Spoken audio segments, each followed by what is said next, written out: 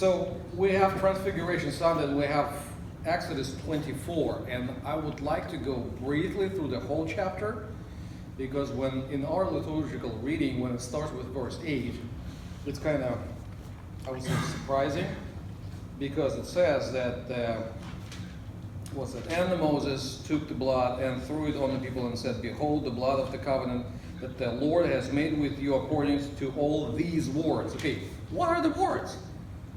So we need to go up. So let's go through the whole chapter. The chapter is not really long.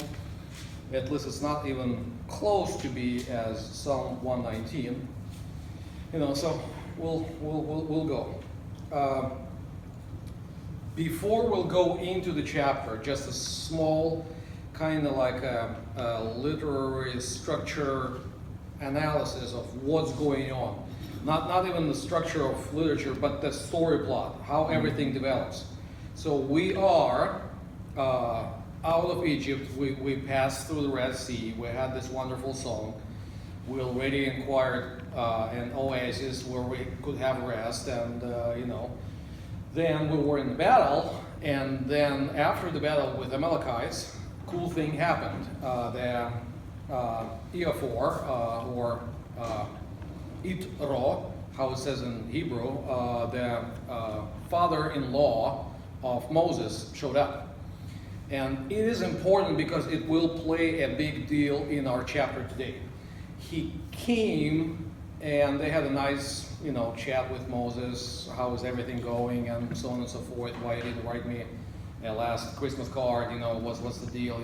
Why I didn't see you, over Turkey with it, at the Thanksgiving table, and stuff like that. He was like, Moses was, I was kind of busy. I was leading those people out of Egypt, so I had some things to do. Sorry, Dad, And then next morning, I am on my duty, so he goes outside and he sees what Moses is doing on a daily basis. And what Moses was doing on a daily basis is he was judging the people.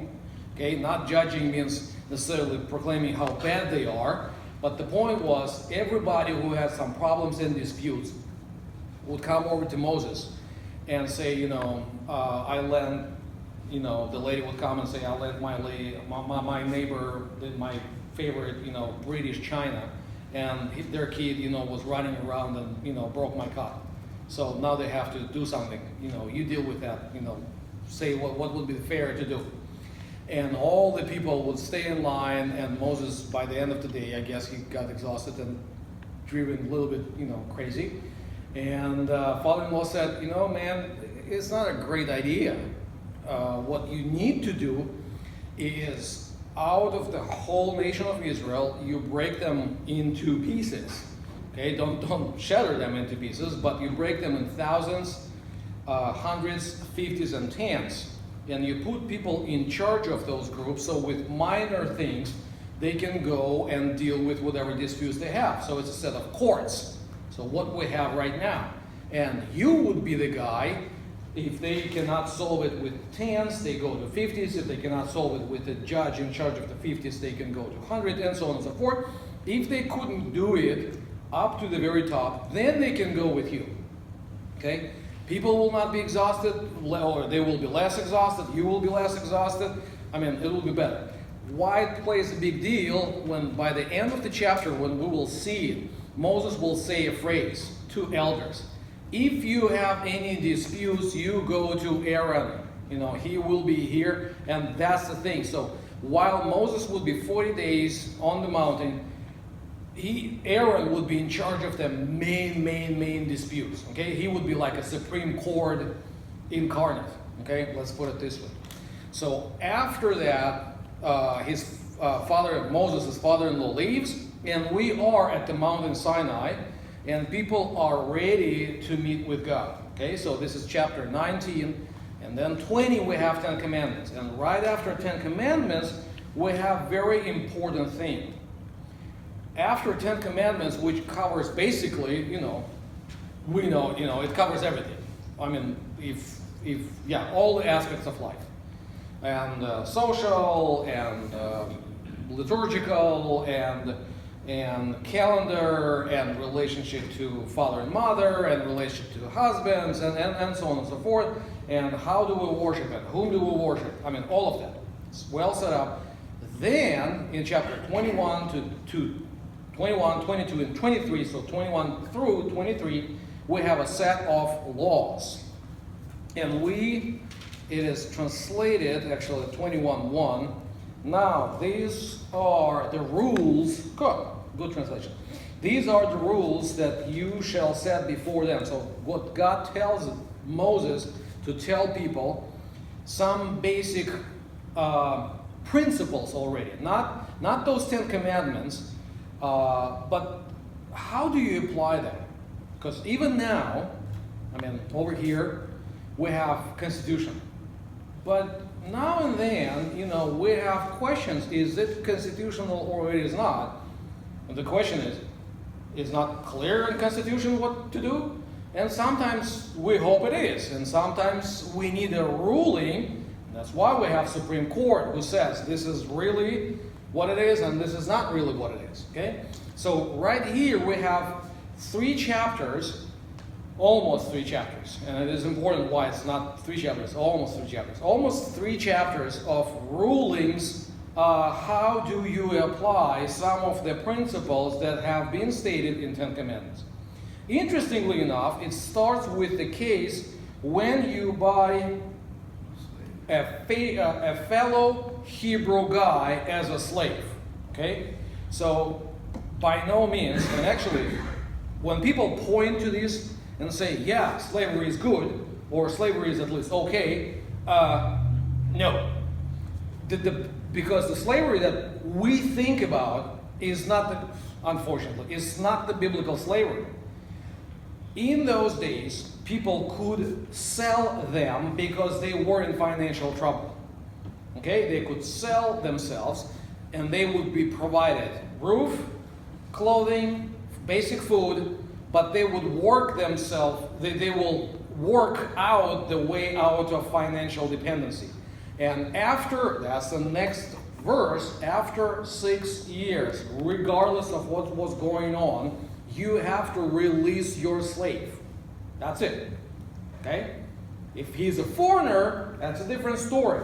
But if you have a fellow citizen as a slave, 6 years, no more, unless he wants to stay with you within your household forever. Then there is a procedure, you basically nail his ear to the door. We're not going to go there, okay? So this stuff develops and goes through, and by the end, about half of chapter 23, we have an interesting thing that God says to Moses that I will send an angel before you. And that's very interesting thing, because the angel has name of the Lord within him, but yet he will not forgive the sins. So it is very, I would say, difficult passage. That's why we're not discussing it today. But the thing is, when he tells them that you will have, so here's the 10 Commandments. Here are the rulings. I will send the messenger and he will help you to go through the desert. But before he sends them into the desert, we have chapter 24. That's why chapter 24 is what's in chapter 24 is in this place. After they have heard all of that, okay, now now we are in chapter 24. He said to Moses, come up to the Lord, you and Aaron, Nadab and Abihu, and 70 elders, and worship from afar. So they come toward the mountain, and so there are a few stages, like actually 3 stages that they will go through. So they come toward the mountain and start to worship. But don't bring any others near, and so that people would not come up with him. And Moses came and told people all the words that the Lord and all the rules. So those, okay, 3. So in verse 3, so all the rules. That's chapter 21 to 23. Okay? So that's what he retells them, you know. And all the people answered with one voice. That's very interesting, actually, what they say. All the words that the Lord has spoken, we will do. Okay, now looking back, roughly, you know, we know that in the history, so we already talked about this history line. These events, let's go over it one more time. If this is our roughly 80, if this is time of Christ, so Exodus is 1445 BC or BCE, however you want to do it. So with us, that means these events happened roughly, 3,500 years ago. Looking back, we know that they did not really do what they said. When they eagerly said, all the wars that the Lord has spoken, we will do, unfortunately it didn't happen. But it is an interesting statement that they immediately responded with, yes, we will. Some of the commentators say they said it because they didn't know enough. Other set of commentators said they did it because actually they saw what happened in Egypt, what happened by the crossing of the Red Sea, what happened in the battle with Amalekites, because they won the battle not actually by might and strength, or not only by might and strength, it was Joshua in the leadership, but mostly because Moses was on the top of the mountain and holding his hands. Remember this wonderful story?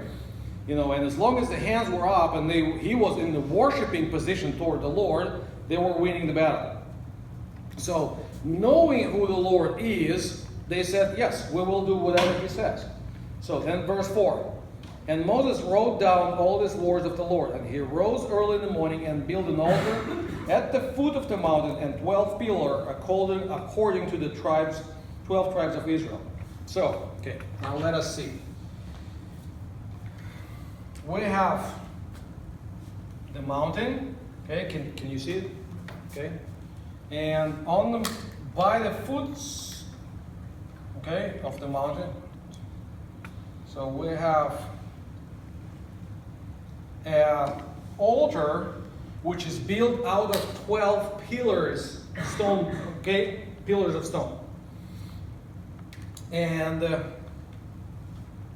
there will be a fire and the smoke. So basically, what happens is symbolically, it's not only Moses and 3 of his relatives, basically his brother and 2 of his nephews, because Nadab and Abihu are his nephews, and 70 elders of Israel. But the whole Israel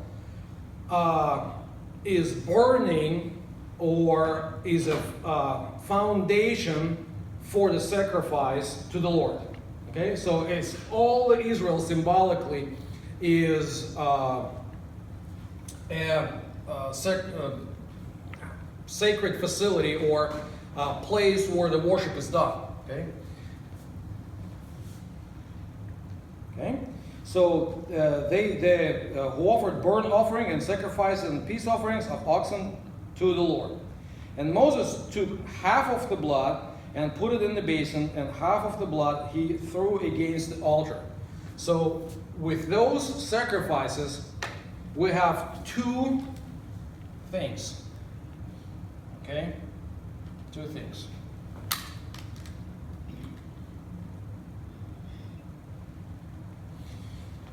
Two vessels, let's say that. One of them goes up against the altar, and you have a red spot here. The other half, as we shall see, goes where? Go up again. I mean, he sprinkled the people. Okay, that's what will happen in verse 8. Okay, so you have one set of blood from a sacrificial animal, and half goes to the Lord, and half of the blood goes to the Lord, or upon the altar where the Lord will come, and the half goes on the people. We've seen that. before, and we will see it in the future. It's kind of like an important idea to keep in mind that some of these things are already familiar to them. If we will go to Genesis 15, we will see that Abraham he took the sacrifices, he took the animals, and he cut them in two pieces. Okay, there was oxes, lambs, even things like that, But he kind of fell asleep, and the Lord went in between them, which signifies what? We know from other sources that this it's called blood covenant sacrifice. So when people were dealing with really high and important matters, it's not necessarily between the human and divine, it's between two humans, two important parties, would have, animals, slaughter in half, put in half, and they walk in between, which would signify that if agreement would be broken, that's what would happen with the one who broke the covenant. Okay? Very simple. The thing is, when Abraham falls asleep and the Lord goes in between along, that means he takes the full responsibility upon himself. Not even Abraham. That's why we always, in the church, we always talk about grace. We can do whatever we can do. And in Ephesians chapter 2, we have a statement about grace, and it says, then, by the grace we are prepared for the good works that Lord designed for us to to accomplish. Great. It's great to have good works and to witness and to act with kindness and show this love and mercy, but the full responsibility for the covenant is actually on the Lord. Here, it is much more vivid with that's the response. After people took responsibility on themselves, that's why they have this sprinkling of blood. Okay? There is one more important thing that we need to bear in mind is Genesis 17. Why? Because in Genesis 17 we have the covenant of circumcision, introduced. And that's when a person, male person, in prayer or ritual setting, let's put it this way, is cut in half, not identical half, but in two portions, and there is a blood involved. Okay? So this is, in some sense, can be brought up as the whole nation's circumcision. Okay? And that's very interesting because actually people will not be, they don't know it yet, but we know what happened. They would stay a little bit here, build the tabernacle, they would wait a little while, and they started to march. They will send 12 spies, and they will be almost at the border of the land, and they will decide not to go. So they will waste 38 useless years in the desert. Okay? Therefore, it's very interesting. For 40 years from now, they will not repeat this circumcision. They will not do any circumcisions. That's why in the very beginning of the book of Joshua, before they try to conquer Jericho, God says, guys, I cannot help you because you are kind of my people, but not really. You have to be circumcised. And Joshua was very hesitant. He said, but that's Jericho. They have good walls and probably good soldiers over there. And if we will circumcise ourselves right here in their side, we will be like a sitting ducks, And the Lord said, you either trust me or you don't. And that's it. So that's the thing we need to bear in mind when we see these blood symbolism. Okay, now let's go further.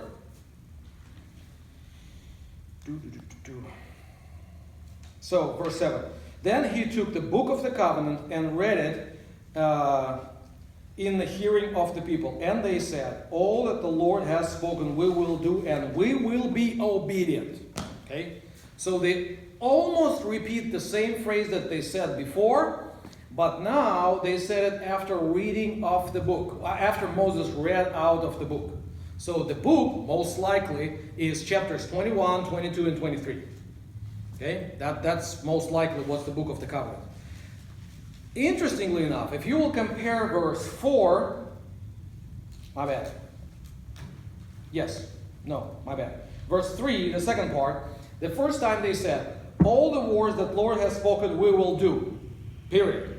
Now what they're saying is, all the words, all that the Lord has spoken we will do, and we will be obedient. Okay? So they on one hand, they just reinforce what they said.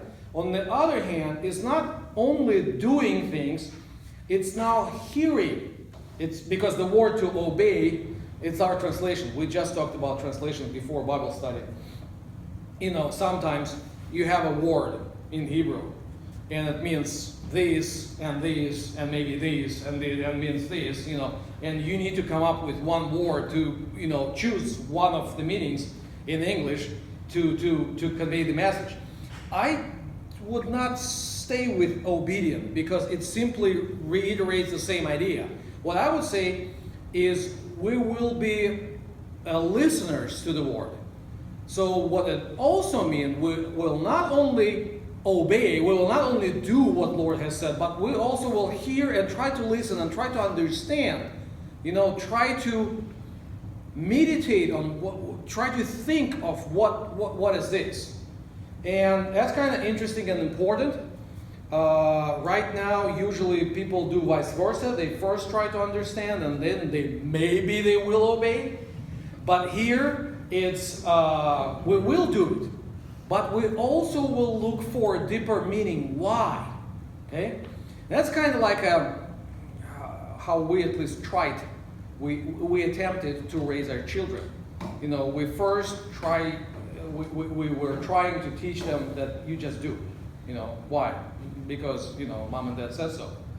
You know, then it's definitely, I mean, there is an age when it clicks and that answer not satisfying anymore.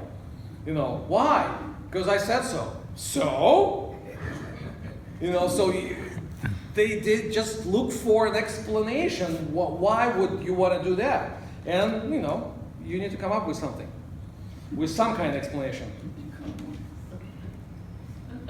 So after their claim, Moses took this, see, that's what happens here. This is verses 7 and 8. That's when it happens.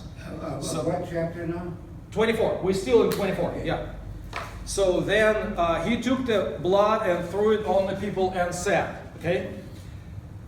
After their statement, he says, behold, the blood of the covenant that the Lord has made with you in accordance to all these words. So, based on your response to the Sinai covenant and those rulings, we have these words. Now, interesting. Stage 2. We are in Exodus 24, verse 8. Okay? Cool. Now, as I said, we will have 3 stages by the mountain. Stage number 2 starts with verse 9. Then Moses and Aaron and Nadab and Abihu and 70 elders of Israel went up. Okay? And they saw God of Israel. Okay? Whatever that meant. Okay? Some commentators say it was not really a seeing thing. It was like a more intellectual, you know, observation of who the Lord is and what's going on. And some of the people think that no, it's not merely intellectual. It's more kind of like when you feel the presence of the Lord. Many even simple things like eating and drinking, and we're going toward eating and drinking, they feel different. You are kind of like a field, and all your perception work differently. I don't think that we need to decline neither the first neither the second, but yet the phrase they saw God, I would still try to take it as literal as possible. I think by the end of verse 10 it says, they beheld God and ate and drank. I think they ate in the presence of the Lord. And the reason for that is, I have no problem to believe in that. The main reason for that is what we already know from the Bible. When I read the Bible, I try to put myself, let's say, in their shoes. What do they know about God so far? So far, we have chapter 18 in Genesis, where Abram prepared I don't want to say feast, a dinner, okay, for 3 messengers. One of them is constantly changing his name. It says either Lord spoke to Abraham or the angel of the Lord spoke. Angel spoke to Abraham. So it's like there is a divine angel, and accompanied with 2 other angels, they sat right in front of Abraham, and the food that he prepared for them, they were eating and drinking. So, however mystical it is, I'm not going to argue with that. The point is, it is possible. Okay, so I believe the Lord prepared a place or prepared a table or feast for them on the mountain right here. Okay, so when we teach in our churches that we really have a special feast of the Lamb, the Lord's table, with His body, with His blood, and we are in His presence, we do not need to take it simply symbolical or some kind of too intellectual or too psychological. It's all together with the mystery part that we cannot explain. It's He Himself, and we do have this biblical basis right from the Scripture. So what happens is, in verses 9 and 10, these guys ascend up. Okay, so they are not like all the people, not because they were better, but they were given more authority. And the thing is, it's very interesting. And verse 11, and he did not lay his hand on the chief of men of Israel. So God did not punish them, so they came closer. To understand it, we need to look back in chapter 19. We are not going to jump there. I'll just remind you that the Lord actually told Moses, that he needs to draw a line so nobody will cross the line. Because then there is the presence of the Lord and they are not prepared for that. Okay? But since God, told Moses, Aaron, Nadab, and Abihu, and 70 elders to come up, he didn't kill them. Okay? So he's not a capricious. One more time we need to remind ourselves that our God is not a capricious character who does whatever he's pleased today and then tomorrow in the similar circumstances he acts completely weirdly different. We can expect from him some orderly patterns of behavior. Okay? So they saw God and they beheld God and ate and drank. Now, there is even higher elevation point, because Lord addressed Moses and said, "Come to me on the mountain and wait here, that I may give you tablets of stone and the law and the commandments which I have written for their instruction." So, now there is an interesting thing. Moses rose up with his assistant Joshua. Where Joshua comes from. So there are 2 possibilities, equally plausible. I don't know which one I would prefer seriously, because I don't know. Either Joshua was accompanying Moses all the time while they were going from here to here and from point 1 to point 2, and he's just not named because he is not an important part of the story. Okay? Or Moses went back and he gathered Joshua and brought him up. Again, sometimes I do, let me put it this way. I know I speak too much, but it doesn't mean that I know everything. I have opinion about everything, and my opinion about this particular point is, I don't know. So, my really stretched guess is, he probably took him with him from the very beginning, it reminds me, actually, a very important passage from another book, from book of Job. Remember, we have Job and 3 other guys who do nothing but accuse him.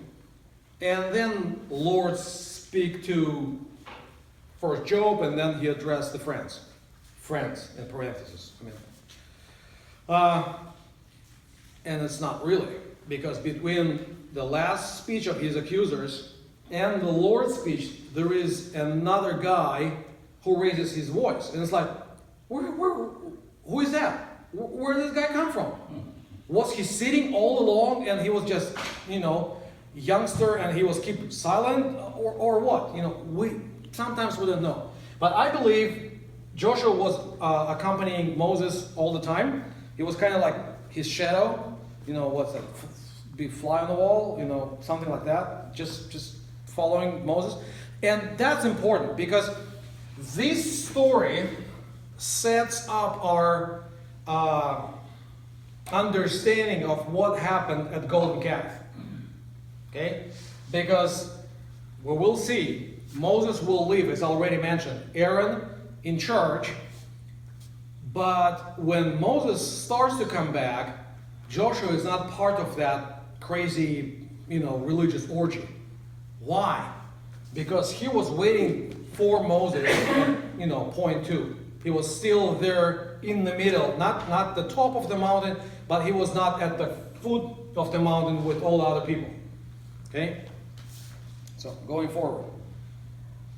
So, behold. And he said to elders, wait here for us. So he takes Joshua halfway with him until we return. And behold, Aaron and Hur are with you. Whoever has a dispute, let them go to them. Okay, so he lets 2 people to be in charge. It's actually 2 people who held Moses' hands in chapter 17 when they were dealing with Amalekites. Okay? So he hoped that he left people of Israel in the strong hands of his brother and friend. We know what happened. Maybe someday we will study that. If you want to study it at home, you go to Exodus chapter 32. Unfortunately, Aaron was not as strong as Moses probably hoped for. So then, verse 15, then Moses went up on the mountain, and cloud covered the mountain. And the glory of the Lord dwelled on the mountain, and cloud covered it for 6 days. And on the 7th day he called to the Moses out of the midst of the cloud. And it's very interesting. Like in our today's sermon, our pastor pointed out, if you have your liturgical papers with you, you can jump there into the reading, or you can open Bible and see Matthew 17 starts. And after 6 days, so basically on the 7th day, Jesus took Peter, James, and John, his brother, and he led them up the high mountain by themselves, and he was transfigured before them. So in some sense, we see that we might see this gospel story event as a definite parallel with this Exodus chapter 24. Okay, we have this 6-day period. On the 7th, you have this glorious transfiguration. And with this, let me erase this part. I will jump into something else that do not belong to this class, really, but this interesting parallel. Now think about that. We are on the mountain. We don't even need to do it. Okay, the very top of the mountain. We have Jesus. We have Peter, James, and John. Okay, and then 2 figures appear on the mountaintop. 2 figures that have their own mountaintop stories. It's definitely Moses and Elijah. Okay? What Peter says. Peter says, it's really cool. And I can easily make for you 3, and we have what? Tents. Okay, let's think more in a cultic sense. So let's build 3 chapels. St. Moses Chapel, St. Jesus Chapel, and St. Elijah Chapel. Okay, so 3 equal guys. What happens after that? Okay, right after he said it, what happened is, appears, where's that? Yeah, right here. The voice of God the Father appears, and what he says, "This is my beloved Son, in whom I will please. Listen to him." He does not say, okay, read it carefully. He does not say, disregard whatever Moses and Elijah will tell you. But, in a sense, he pulls him up. So whatever you read in the law and the prophets, you need to read it in the context that Messiah has come and he is the one who fulfilled it all. Okay? There is one more interesting thing. How many characters do we have in this story? We begin with Jesus and 4 disciples, then 2 other guys appear, 6, and then God's voice comes, and we have 7 characters. Okay, on the 7th day, we have 7 characters. It is kind of, I'm not always know what to do with those numbers. It's just fun to observe, so that's what it is. And with our story, I didn't really talk about that. We have constantly repeated, 70 elders. Okay, 70 in not 17, 70 might signify the number of the nations in the ancient world. If you go to Genesis